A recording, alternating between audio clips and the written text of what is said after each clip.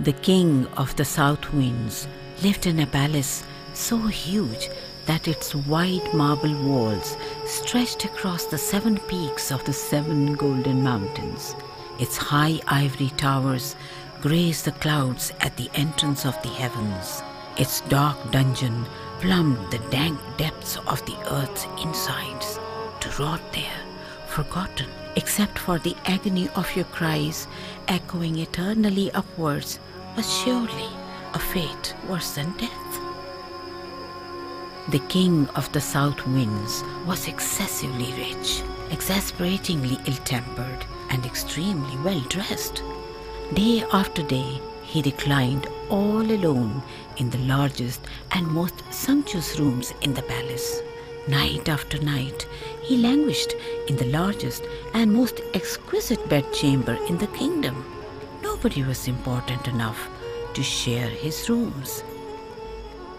Just outside the king's rooms, his wife, the most beautiful woman in the kingdom, woke and slept in opulent rooms of her own.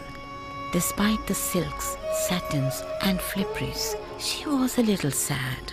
Nobody was important enough to share her rooms except the king, and he was too important. Just outside the queen's rooms, the Grand Vizier, the second most powerful man in the kingdom, had a rather nice little setup of his own. In truth, his rooms were not as breathtaking as the king or queen's, but still sensational enough for his wife to be denied entry. She was not important enough to share his rooms. Only the king and queen were important enough to set foot there, and they were too important. Just outside the Grand Vizier's rooms, the Grand Vizier's wife, the second most beautiful woman in the kingdom, sighed in solitude. For someone so beautiful, she seemed strangely melancholy. Only the king and queen and the Grand Vizier were important enough to set foot in her pretty rooms, and they were too important.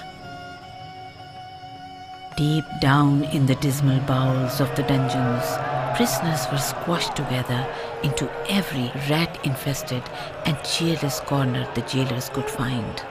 Holed up without any entertainment, they had little to do except make the best of their pitiful rations. To keep their spirits up, they would carouse, sing cheerful songs, and chatter.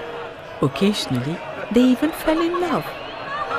You see, in the palace of the king of the south winds, the richer and more important you were, the larger and more delightful your lodging place.